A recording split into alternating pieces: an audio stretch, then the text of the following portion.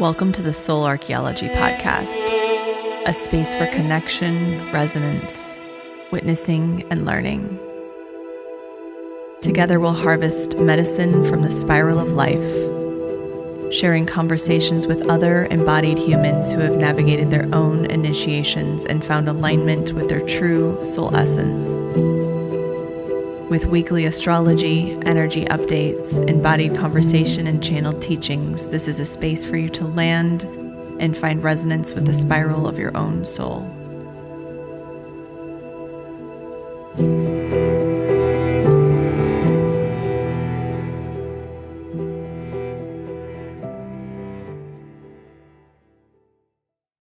Hello, welcome back to Soul Archaeology. It's been quite the intense past month. I know we've talked a lot about it on this podcast, and I've had so many people reaching out recently over the last few weeks talking about really how intense this time has been. I had a reel that I created, like a funny meme reel that has gotten a lot of views on the internet, and so many people reaching out or commenting and just saying that they have been through the meat grinder in April. And I have some good news, and I'll be talking about that on the podcast today. But we have some pretty auspicious and supportive energetics coming through May.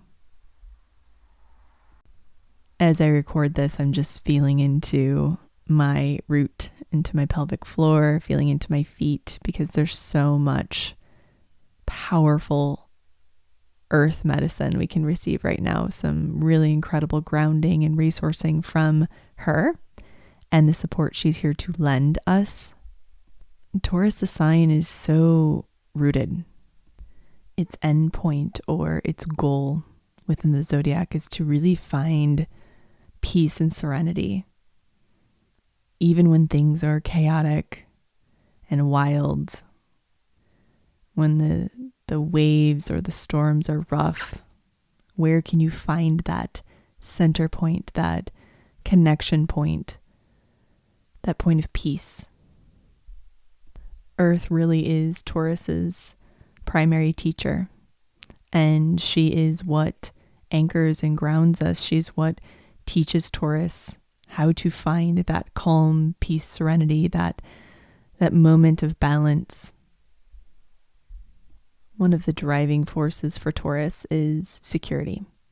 And you can see how security could be sort of found or sought on the physical plane. Taurus is so physical. It is the earth. It is the rooted oak tree. It's this desire to find security and safety, peace, serenity deeper and deeper. Now, one of the shadow aspects of this is that we seek security and safety in things outside of ourselves, in money, resources, planning, control, people, politicians, leaders. We're looking for something within us, especially those of us who have significant Taurus placements. We're looking for roots.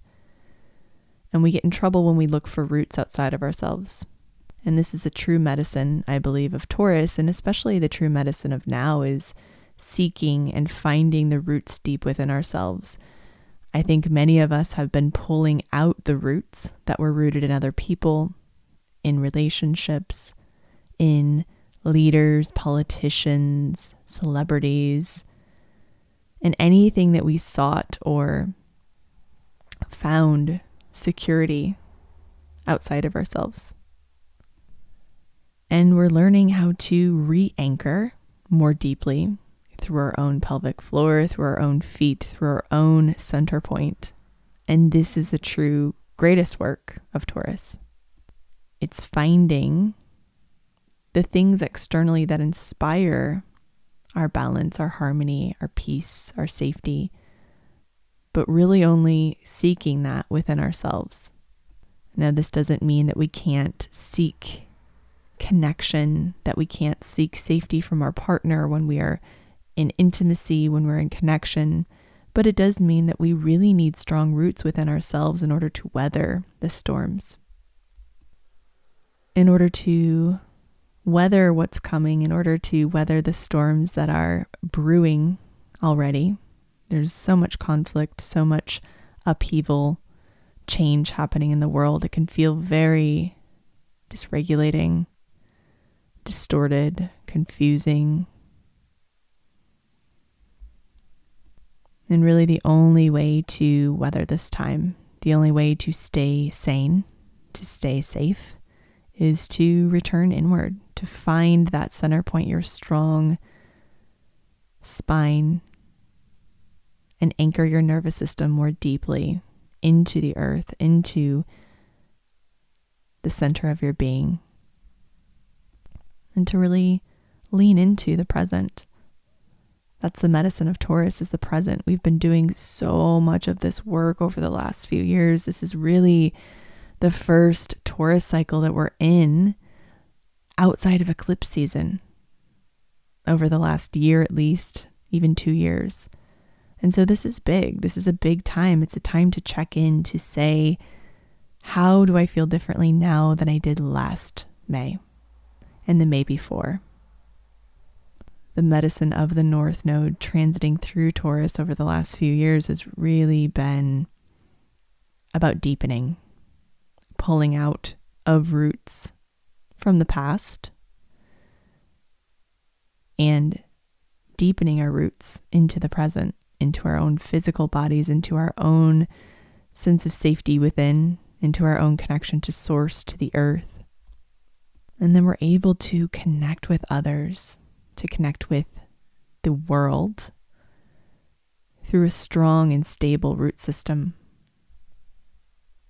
And this is the medicine of now. This is the medicine of May. May is a very abundant, hopeful, regulating month.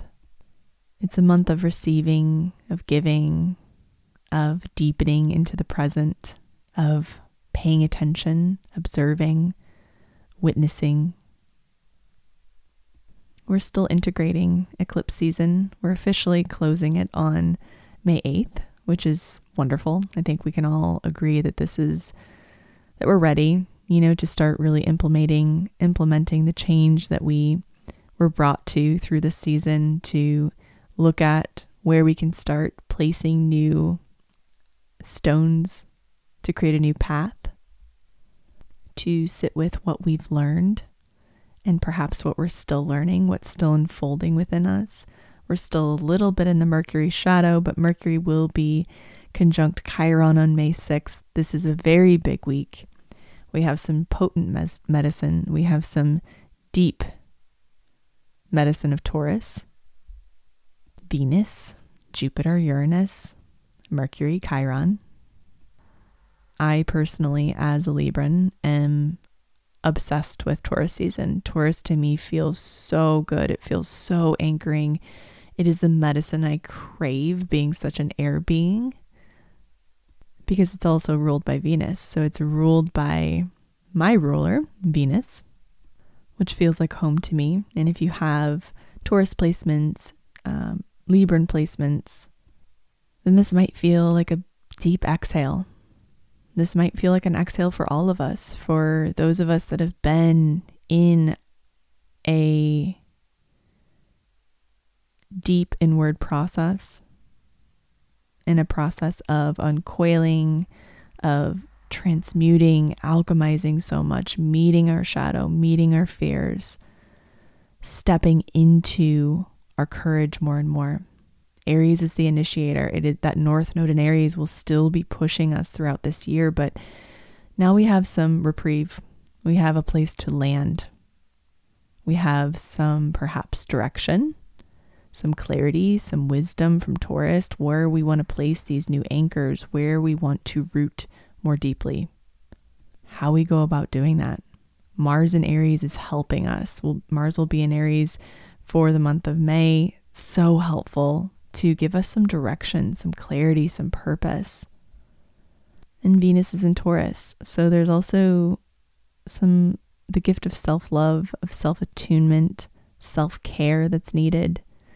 It's almost like I keep getting this visualization as I'm sitting here, and before I started recording, I kept seeing this visualization of just bathing ourselves in this beautiful warm water, almost like a shower and a bath together, and clearing and cleansing what we've been through, nursing our battle wounds in a way, soaking. When I think of Taurus, I think of Venusian goddesses sort of soaking in these warm baths, these spring fed baths, and what it feels like to just be so present, to not worry about what's coming or where you've been, but just to be present with what is. Because Taurus is so focused on the physical, this is such an important time to turn into your nervous system, to really deepen into your connection with your physical experience, with what's manifesting physically for you, where you're being called to, what's happening internally on the physiological level. Real and true safety is found in the present. It's not found in the past or in the future. It's found here and now. When we navigate so much in our early lives or in our past, we can grip in the present. We can find this tension that's always present, or even places within us that feel frozen because we are anticipating something that could occur. But when you pause and really check in, you're most likely living, breathing, you're alive. Everything's okay in the present moment, even if there's a million things that could go wrong or a million things that don't feel like they're going well. You're still alive, you're still breathing. The world is chaotic. It will continue to be chaotic, I think, through our lifetime. I think we're in a pretty dense period of human incarnation. I think we are doing a lot of heavy lifting for the future generations, and even for the past generations. We are in labor. We're the midwives, and we are birthing new versions of ourselves always, over and over again, while we birth a new world. And so I can't promise that this world will become less chaotic. But what I can say is that there's so much space for peace and serenity and calm right here and now. Where can you find it within yourself?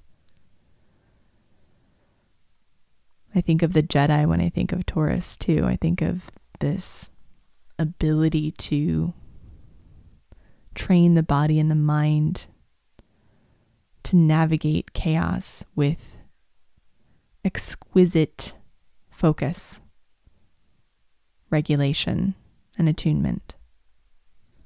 When we befriend our physical bodies, our nervous system, the emotional experiences we're having within our physical bodies, we become masters. And this is the invitation, I think, for May, is how can you find peace amidst chaos? Looking through social media, watching the news if you do, even listening to podcasts, hearing about all of the things that could potentially go wrong, all the things that are unraveling and unfolding, the chaos and the dismantling of so many of our systems.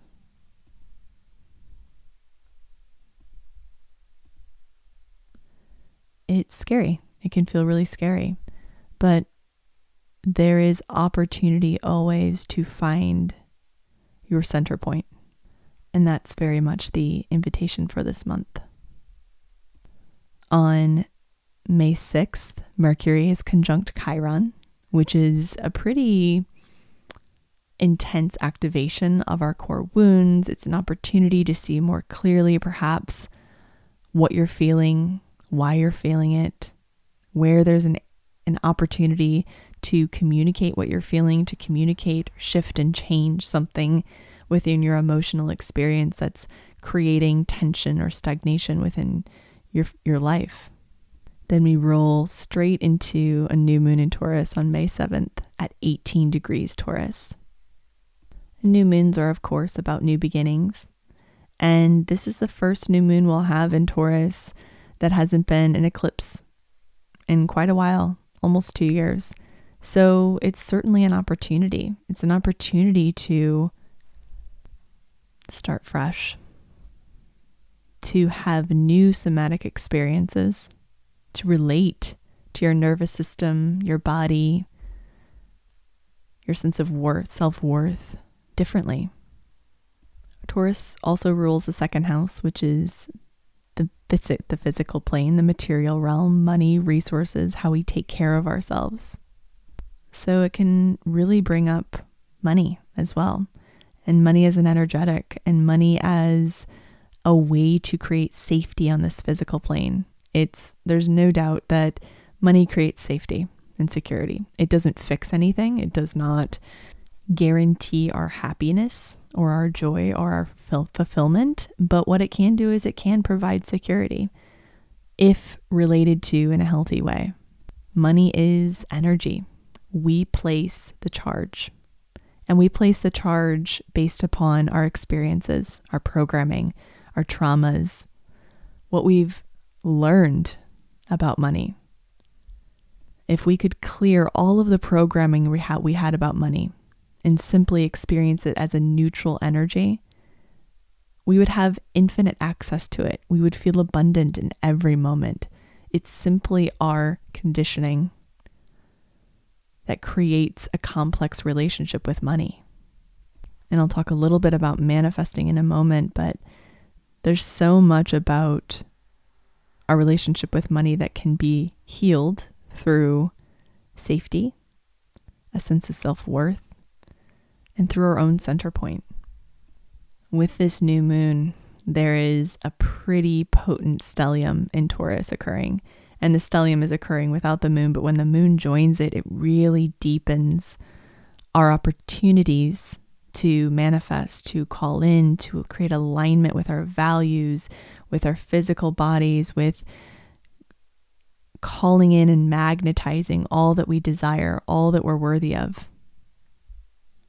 We had a Jupiter-Uranus conjunction on April 20th, and I have a whole episode about that, so I won't go into the details too much on here, but this new moon will be activating that conjunction. It will be within 3 degrees of that conjunction. It will also be really bringing us into the physical actualization of what we desire here and now. How do we materialize and create our heaven on earth?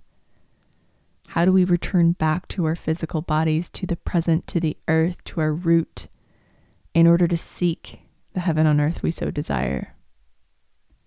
Venus, the sun, moon, Uranus, and Jupiter are all in Taurus, creating a stellium, a pretty powerful stellium. Having Venus and Jupiter in Taurus is really intense. It's really powerful. It's very auspicious. May 23rd, we have an exact conjunction between Venus and Jupiter, which is probably the luckiest day of the year. May 5th, which is the Sunday before the new moon in Taurus, is also an incredible day to manifest. If it's past, it's okay. This week is such a powerful week of alignment. We also have Mars in Aries in its home. How happy it is to be there, to be able to really create aligned action, to start gaining clarity around what are the steps to pull in, to materialize, to magnetize what you desire. We've been doing a lot of clearing, a lot of transmuting, a lot of releasing and letting go. Now it's it's an invitation. It's an invitation into your field. Venus is all about pleasure and beauty, and when it's in Taurus, it loves to luxuriate in the physical. So thinking about beautiful self-care practices you can do, maybe rubbing your body with oil, warm oil, taking baths, laying on the ground, bringing in fresh, beautiful flowers into your home. But more than anything, I think that this time is about alignment. And alignment through pleasure, alignment through depth, resourcing, anchoring, grounding. My number one manifestation hack, if you want to call it a hack, is the nervous system. We can spend as much time as we want in meditation, in visualizing, in creating a dream scene.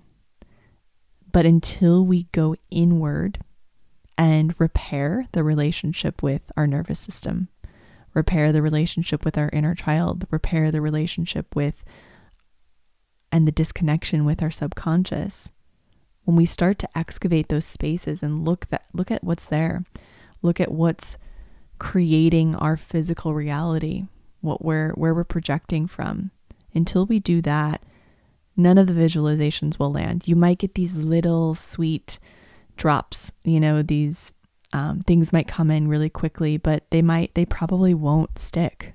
They might not land. They might not be sustainable, because your capacity must match what you're calling in. And our capacity is really our ability to hold bigness. We go through these growth spurts, these soul growth spurts, where we're asked to hold more, to not only expand our consciousness around what's possible, but to also exercise and expand our nervous system to hold what we're calling in. Our consciousness might expand far enough to call in the job opportunity or the money or the relationship that you're desiring. But if your nervous system, if your physical somatic experience does not meet that same capacity, it won't sustain. The most magnetic I feel is when I'm aligned with self, when I'm connected to my body, when I'm in my body. It's pretty wild to see how many people come to me for work, how many people, I'm beginning to work with and I have worked with in the past who are living in a chronic state of freeze, in a state of dysregulation, just moving from one thing to the next.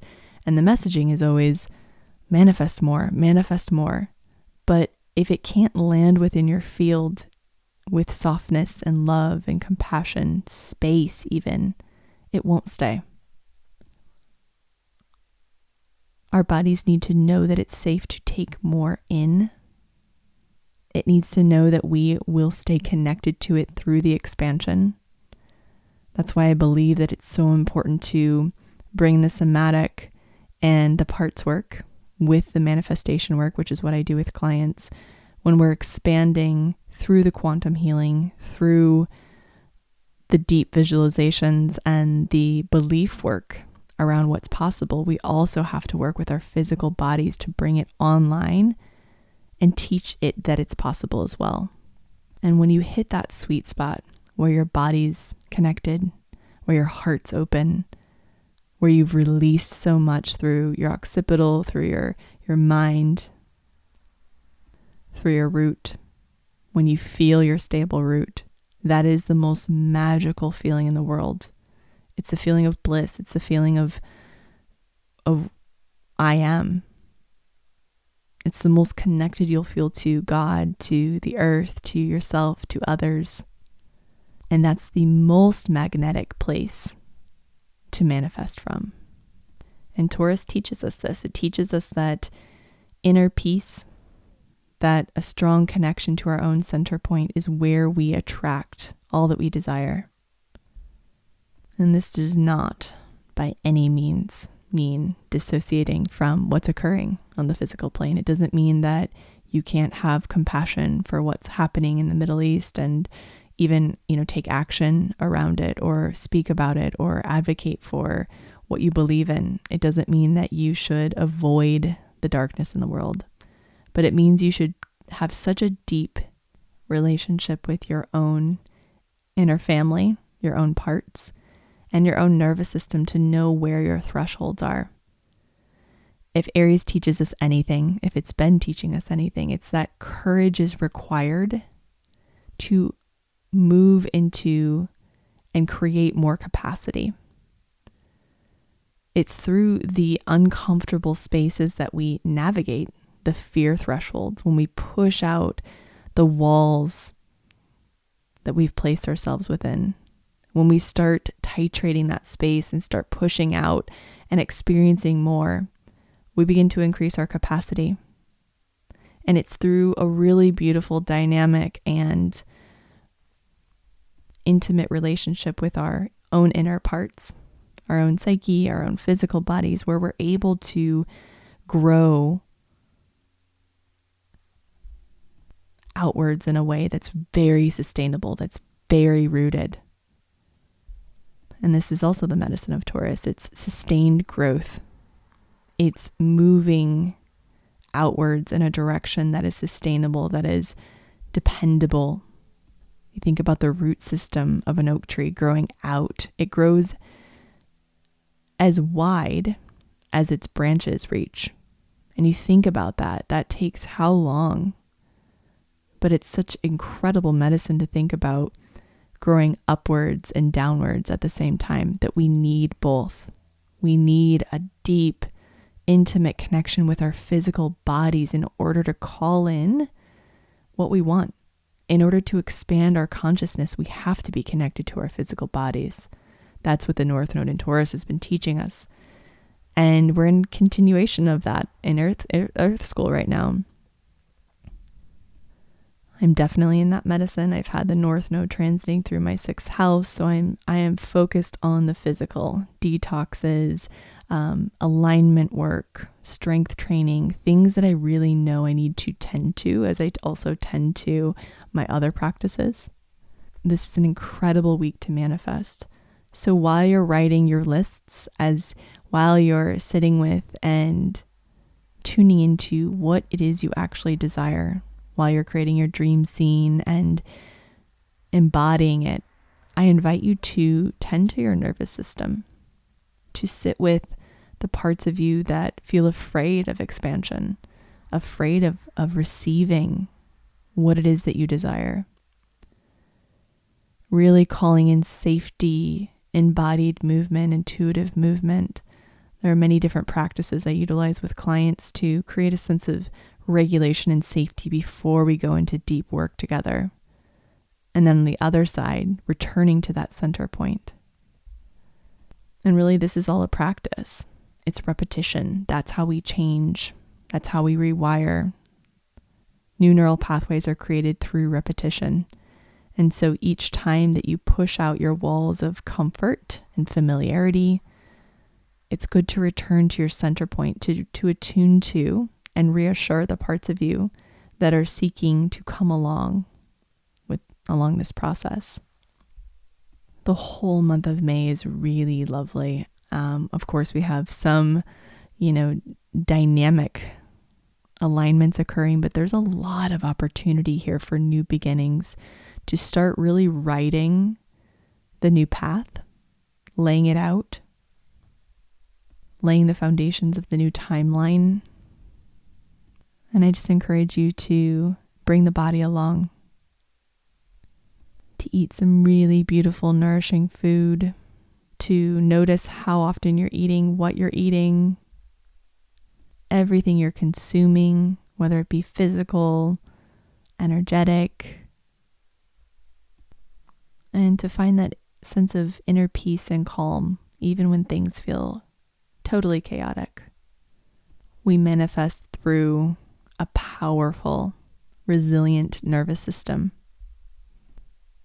A nervous system that can roll with the punches, that can respond in the way that's appropriate to the circumstances.